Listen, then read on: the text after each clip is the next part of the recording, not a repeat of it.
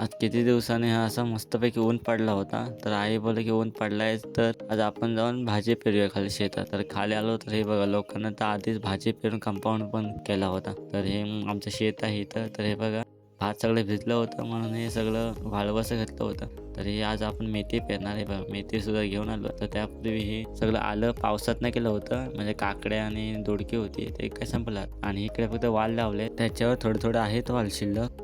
पण ते पण आता संपत आले. तर आईने या वालासाठी असं पूर्ण गोल कंपाऊंड केला नव्हता. तर हे बघा सगळं साड्या लावून तर आलेल्या आईने हे वाल काढायला सुरुवात केली. कारण कुठे ना कुठे वाल होतं. तर हे बघा एवढे छोटे छोटे वाल आपल्या खाण्यापुरते भेटतात. तर वाल काढून बघितलं तर हे बघा एवढे मुठीभर वाल भेटले. त्यामुळे आजच्या रात्रीच्या भाज्या टेन्शन तर इथंच गेला. आणि मग पुढे गेल्यावर हे बघा आधी मेथी पेरलेली होती ती एवढी उंच झाली होती. तर त्यासाठी आईने परत मेथी पेरण्यासाठी हे बघा असं कोयतीन खवणलं. कारण की ह्याच्यामध्ये काटे कणगं होते त्यामुळे माती आधी भुसभुशीत आहे. त्यामुळे काही खणायची आपल्याला गरज नाही. तर डायरेक्ट आपण मेथी पेर. तर ते खणून झाल्यावर हे असे हाताने मी लाईन मारल्या. आपण माहिती आहे मेथी कशी पेरतो तशी. मग त्यात हे अशी लाईन मारून झालं सर्व. आणि मग त्यात हे आपली मेथी टाकायला सुरुवात केली. एक एक लाईन आपली थोडी थोडी मेथी टाकली. आणि नंतर मग ताईने आधी मेथी पेरली होती त्याच्याला पाणी घालायला सुरुवात केली. कारण की पाणी तर आपल्या जवळच आहे. इथं ही अशी टाकी आहे मस्त अगदी थंडगार वातावरण आहे. 24 तास आपलं पाणी असतं.